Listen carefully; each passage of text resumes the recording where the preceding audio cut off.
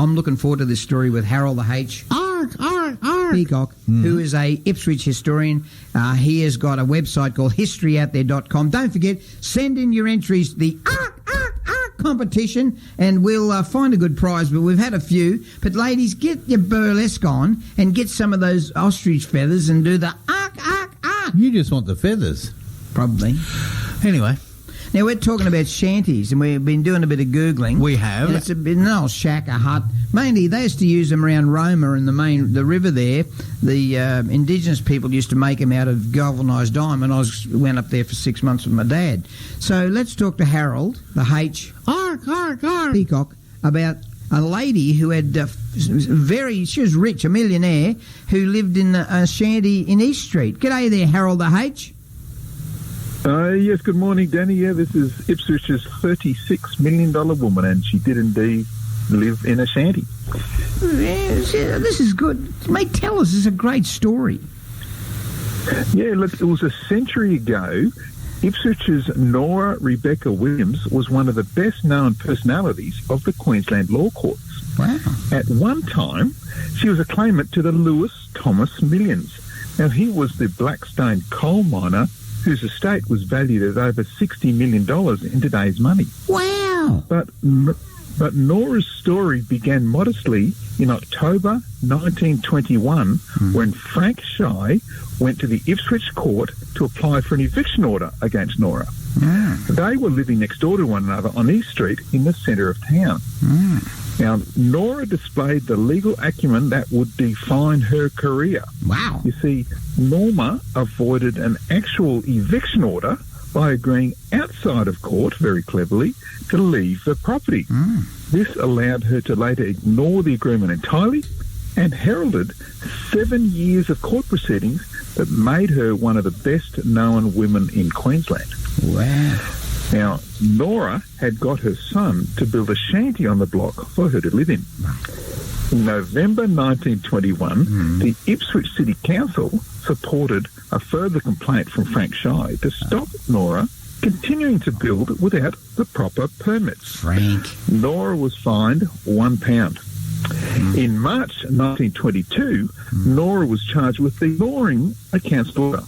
This time, Nora won the case because the council had failed to have their documents actually signed. At the same time, however, Nora's son, Mervyn, was convicted of using obscene language at the council works. He came to demolish her building.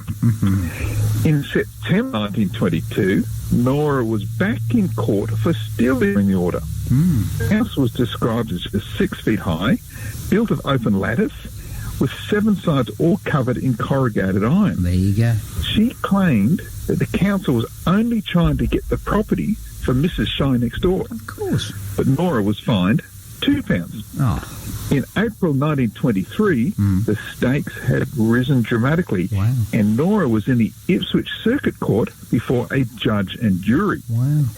It was alleged that Nora had thrown a rock and broken a pane of glass at Mrs. Shanty's house. The jury returned a verdict of guilty. Nora was fined £1 and ordered to pay 5 shillings compensation. Now, the Shy family was enduring a series of problems. You see, this included Frank Shy's sister, who was his son. And in doing so, committed bigamy because she was already married, as well as marrying her nephew. Disgusting. Marrying a nephew? Come October. Yes, that's right. It was very traumatic for the East Street for that to happen. But the Shy family were struggling with Nora next door because come October 1924, Nora was actually in a Brisbane court to get her belongings back from a landlord. Right. It was in this court appearance that it was said that Nora was a claimant in the estate of the coal king, Lewis Thomas, and that her son, Mervyn, actually worked for the Secret Service. In October 1927, Nora renewed her Ipswich battle. She issued a writ in the Supreme Court, against the Queensland government, and specifically William Gore, who was the Under Secretary of the Home Department. She was claiming £20,000 damages. This was a colossal amount back then. That would be almost $7 million today. Nora alleged unlawful detaining, destruction of property, criminal assault, and defamation of character, and all while she was being driven out of Ipswich. In December 1927, Nora issued another writ, this time against the mayor of Ipswich, Alfred Stevenson, and all of the aldermen.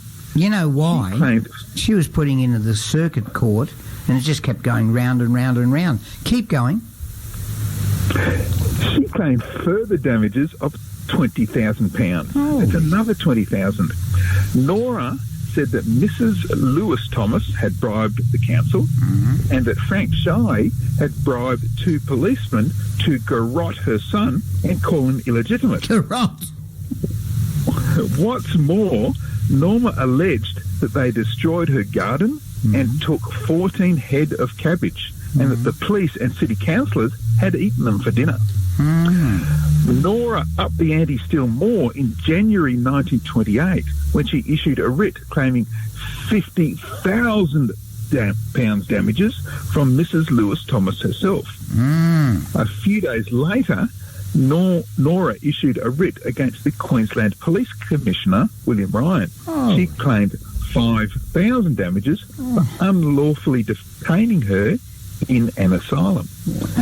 Now, Ipswich's Nora Williams passed away in 1974 at around 100 years of age. The colossal legal actions in the 1920s had claimed £95,000 in damages, which is $36 million in today's money. Now, although she never received a penny of it, her high-profile writs earned her fame in Queensland courts that no other woman of her day could come even close to. Another great incredible story. history right there in Ipswich. What a great story. And again, he built it to a crescendo, the way to tell a story, and he had plenty of meat. A good storyteller has a little bit of veggies, little bit of dessert, and lots of meat. Yep, that's how I describe a good interview. Now, I know you're confused already, Harold. Norma Williams. I am, yeah, but it was £95,000 bought a lot of veggies and a lot of meat, I suppose. Mate, and gravy on top. You're a funny man. How do we get... Don't forget to get on the Ark Facebook. Get those feathers out, ladies, and do us an ark with the peacock feathers. And, we could win great prizes. I don't know what they are, but we'll get them somewhere. Now, tell us, how do we find out about this story and others? Yes, the next morning, every Sunday morning, post this story live straight away on historyouthere.com. Go to the internet. It'll be on the website every Sunday morning. There he is, the inevitable. Give me a good adjective. The irrepressible. Irrepressible. That's irrepressible. A good one. Harold the H. Ark. On West Bremer Radio. It's 8:23.